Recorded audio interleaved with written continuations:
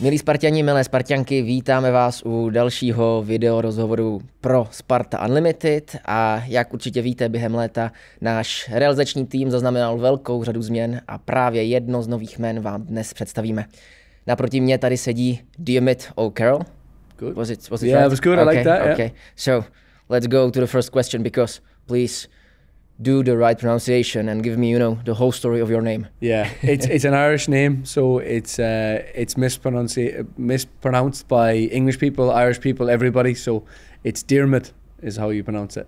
It sounds really German, though. Yeah, well, I don't know, but it's good. I actually think it means Jeremiah in English. But don't call me Jerry. But no, it's been good. So it was the first question I got when I got here. Do you have a nickname? So.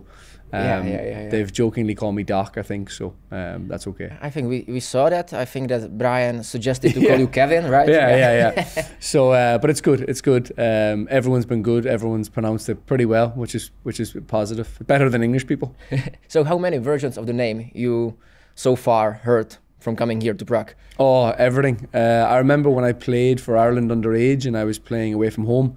I heard Diamond, and I was like, I like Diamond. I think that Diamond's okay, but. No, you get Dermot, 𝐃𝐢𝐚𝐫𝐸𝐿, all sorts. So, but the English people call me Dermot, which is easier. But I'm easy. But you know, Diamond, I like that one. Diamond, yeah. You've been Diamond on the pitch, So right? just nickname me Diamond. It'll be fine. That's okay. Okay, cool. But you know, you being Irish.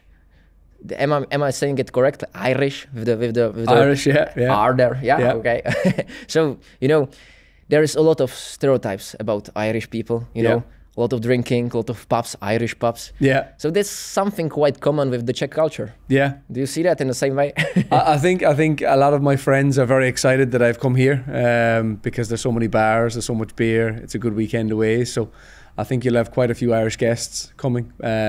I don't actually drink that much. Maybe that's why they kicked me out. But no, it'll be good. It'll be good. We enjoy ourselves. We like to be social.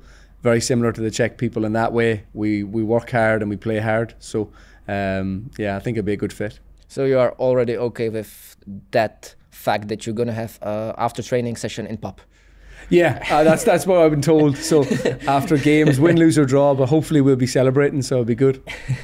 Okay, but you know, you have a football career before you. But you started in Scotland, right? In Celtic. Yeah. Where did it happen? You know, you as a young Irish guy coming to Scotland. Well, I'm from a very rural part of Ireland, so a really small town. So it's unusual for football players to come from there.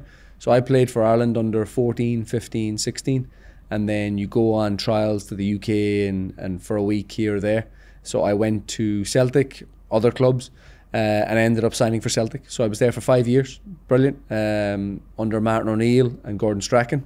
So it was a lot of big players. I don't think there was any Czech players maybe, but loads of like Henrik Larsson, Hartson, Roy Keane, everyone was there at that time. So it was an amazing time to be there. But I left at 21 to play senior football. I had been there long enough. I needed to move on. And is it for you, the Celtic, you know, the club you have under the skin, you know, that you're coming there pretty early, so Celtic is the club you are cheering for? Yeah, probably. I was never a massive Celtic fan before I joined. Every Irish person supports Celtic. That's just the rules. You do. But I was never a massive Celtic fan. I'd never gone to a game. But I think now I'd probably say they're the closest team to the one I support. They're probably once I left, you always dream of going back one day and playing there again or working there again. And I still have loads of friends there. And is there any tension between, you know, the Irish and Scottish people or no, not at all? No. They're Gaelic, so it's the same thing. So Irish and Scottish are very similar, very mad, very lively, funny, enjoy themselves. So it's a similar culture. So are you the type of person who always, when there is Old from Derby, is watching? Yeah, I do like to watch. Because I've worked in the league now with Motherwell and St Mirren, I probably became less of a fan because I was obviously against them for so long. But all my family and my friends support Celtic. So naturally, if it's on and you get a chance to watch it, you'll definitely be cheering for Celtic. And you've been there, you know, in the squad on the top. You mentioned in some interview that you've been this type of old-fashioned striker. Yeah, you know, yeah. You mentioned Alan Shearer, right? Yeah. As your big role model. He was my hero, yeah. So, but I think I read that you were missing the pace. Yeah, I wasn't very quick. So I've had a good stamina. I could run like for a long time. I still love running. So I like distance running. I like 10K, 5K, 15K. I did a marathon a wee while back. So, but I was never quick. So people joked that I had a parachute on and had someone on my back and things like that. So I was slow, but I was technically okay. But yeah, athletically too slow to play at a good level. But in the box, you've been the beast, right? Well, yeah, probably, yeah. But why am I saying that? Because also in the interview said you weren't selfish enough, like, yeah. Is this, the part of the mentality that you've been missing to be there, and not looking on the side, just like go for it? Yeah, as a player, I was probably more of a 10 before 10s became something. So because you played in a partnership, I was probably the second striker. So I ended up with, say for example, you get 12 goals out of 10 assists rather than having 20 goals and 2 assists. Complex player. Yeah, I was never like an out and out goal scorer, but I took a lot of joy in helping my teammates. But ultimately, the guys who score more goals get the big moves. So it's probably a silly way of thinking of it. So when you are here on the pitch and like watching the Sparta strikers, do you see somewhere like young 𝐃𝐢𝐚𝐫𝐸? No, they're much better than me. Don't worry about that. But no, it's I think the learning is, though, I've always learned now that the numbers are so important. So like for a centre forward, for a striker, you need to score goals. For a team to win a league, for a team to win a cup, you have to score goals. So I always now think back to, I probably wouldn't have played me because I didn't prioritise scoring enough. I prioritised playing well, helping teammates. But ultimately, you need to score goals and you need to win games. So I probably try and teach people to not be like me. You already started it, the answer, but you were leaving Celtic. Yep. To play the pro football, Yep. for the A team. So, but you had a lot of interesting destinations. So, can you give us quick summary of what you as a profi football player saw in your career? So I played for Ross County in Scotland. That was my first move. I went on loan to play in the Championship in Scotland. So I played there, which is in the Highlands in Scotland. Then when I left Celtic, I went to Morecambe, a small town kind of near Manchester in League Two, which was a great experience, brilliant. I probably shouldn't have left. It was probably silly as a youth. I shouldn't have left. I played a lot of games, enjoyed myself, scored in the FA Cup and things like that. Went back to Scotland again to play for Airdrie, which again was in the Championship in Scotland, which was very good. And then I went to Iceland. So I played for, don't know how you would pronounce it, but Valur or Waller or whatever, however it's pronounced, in Reykjavik. Which was a good experience. It was more for the life experience that I wanted to do that. So we did that for, my now wife was with me when we went. And when we came back, I decided to go back to Ireland. So my wife is from Belfast, which was the first time that we moved to the north of Ireland, where I started playing and working for the Irish Football Association as a coach and a coach educator and things like that. I mean, that's the thing. Well, it's probably the most interesting in this part, because you, during the football career as a player, starting to working for an association. So where this idea came from, and where was the moment? When was the moment when you had the idea? Okay, I could be a coach or do something more than just play football. Yeah, it's too harsh to say just play football, but no. You started pretty early though. Yeah, no, when I went back to Ireland, I had made the decision that I wasn't going to be a Premier League player. So I wanted to try and get there as a coach. So my plan was, I looked at all the jobs that I would love to get and looked at all the requirements, all the criteria that you needed to be a top coach or a top manager. And I just worked backwards. And so how long would it take me to get my A license? How long would it take me to get a degree? How long would it take me to get this experience? So I prioritized that side of my life rather than playing.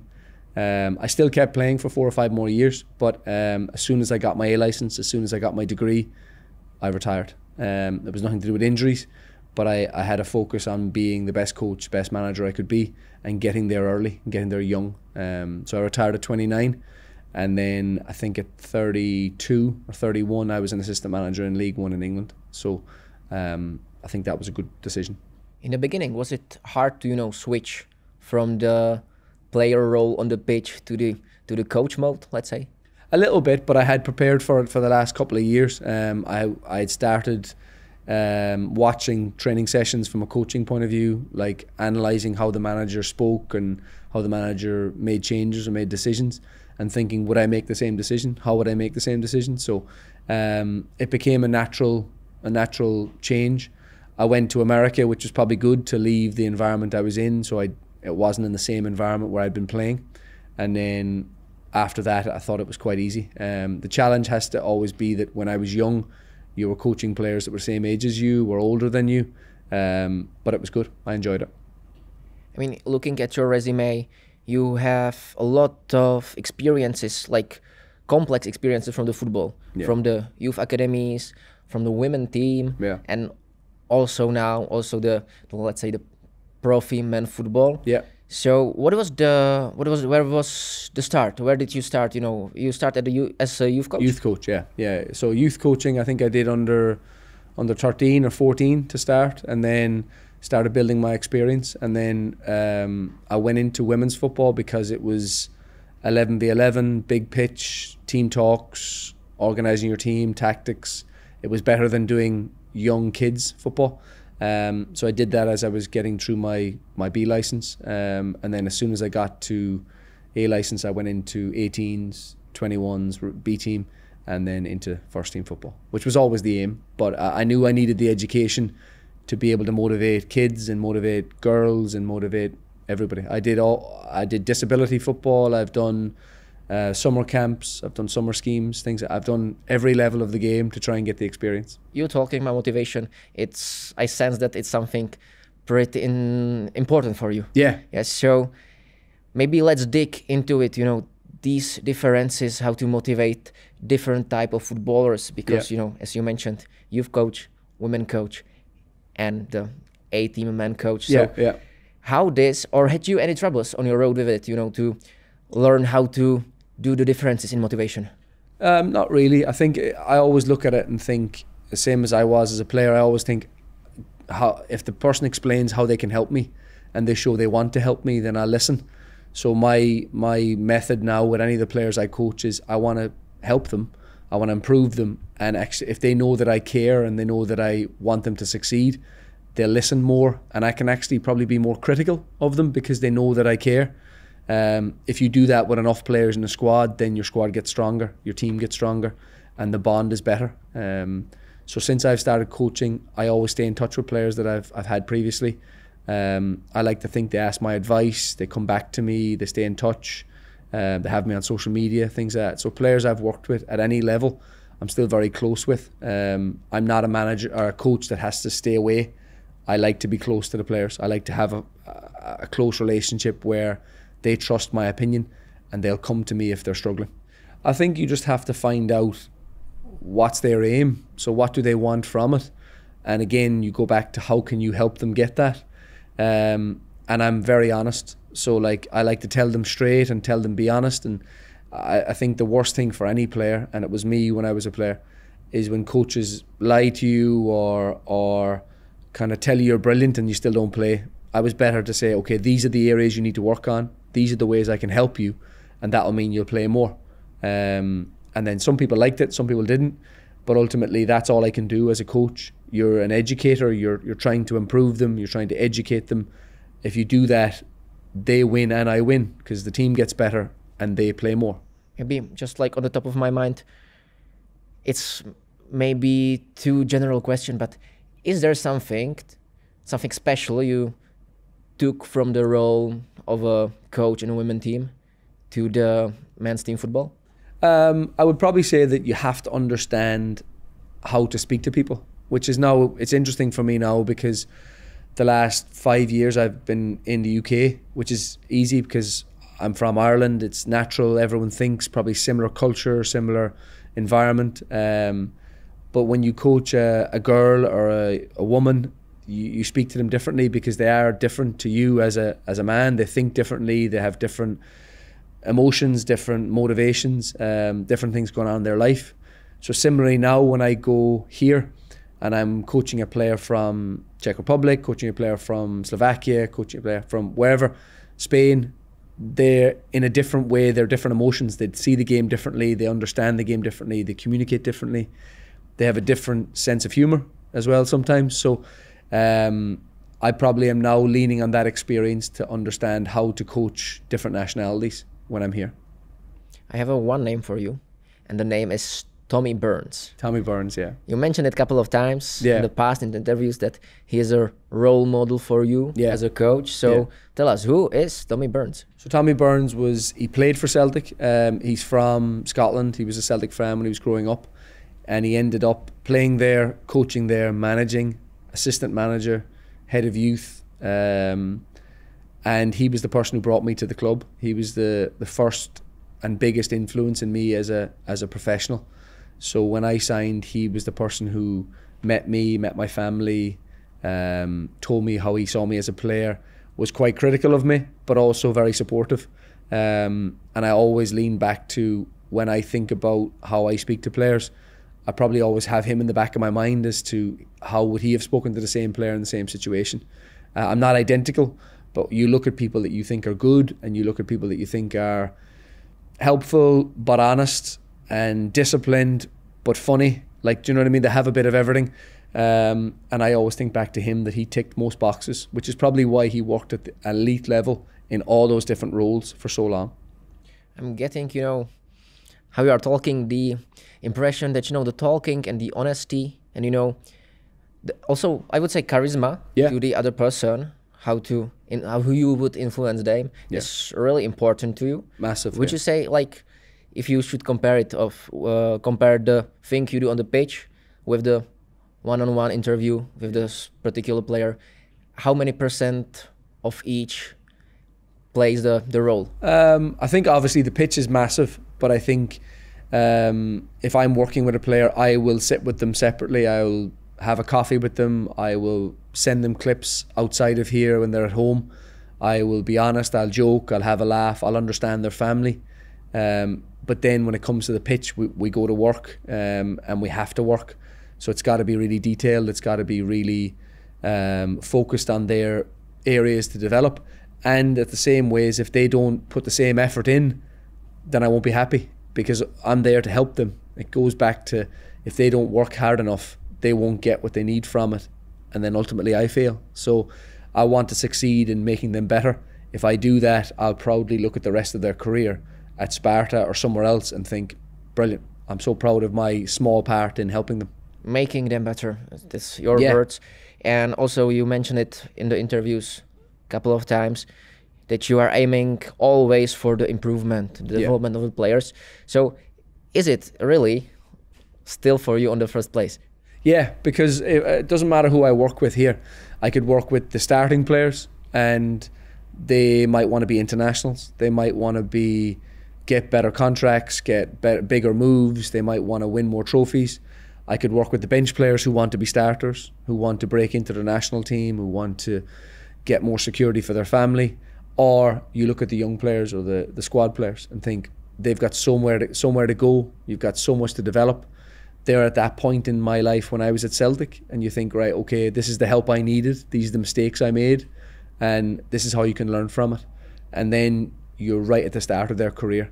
So my aim is always to make a squad player, a bench player, a starter, a big sale, or a big player, or a transfer, or a champion. Doesn't matter what it is. You have to look at it and think, how can you improve them and how can you bring them up a level in your career? If you can do that, they'll go to war for you. Do you know what I mean? And the team will be better. So I'll turn around to Brian and say, well, I've improved these 8 players. Ultimately, our team is better. Would you say then that, the working with the young players is, let's say, more fun for you? Or, do you enjoy it more? Yeah, I think all players, but I think younger players, I look at and go, I love potential. I like looking at someone and thinking, you could be amazing. Like you could change football in the country. You could be a hero for here forevermore. You could be a legend. While older players, sometimes it's different motivation. It's getting a longer contract, more security. You probably, because I'm not old, you speak to them more like a peer. You speak to them more like a friend, and you think, okay, how can I help you? How can I build a relationship and say, I'm going to keep you in the game, or I'm going to ease your step into being a coach or a manager or a captain or whatever's the next step leadership-wise. While young players are just enthusiasm, their passion, they're raw, and it's like the potential is massive. Do you see it? You know, because we talk oftenly here at this place at Strahov that it's not that common in the world that the young players and the first team players are in the same complex, you know, in the same building, seeing each other every day. Yeah. So do you see this particular thing as something really important for the young players? Yeah, I think the biggest thing for me is you have to understand what good looks like. You have to understand what excellent looks like. So see if the young players can't see the first team players and how they act in the gym, how professional they are, how strong, how fit, how quick they are in training. If you can't see it and feel it, then you can't get there, because you could be the best player in your team, you could be the best player in the B team, but as soon as you step into the first team, it's a whole different challenge, physically, mentally, demand, pressure, crowds, everything is different. So you have to be able to touch it and feel it and see it, and then you sink or swim. You either go there and you're brilliant and you love it, or you find a level and you maybe need to go back to the B team or go on loan or whatever's next. Tady končí zkrácená verze rozhovoru. Pokud vás zajímá, co 𝐃𝐢𝐚𝐫𝐸 prozradil dál, koukněte na Unlimited.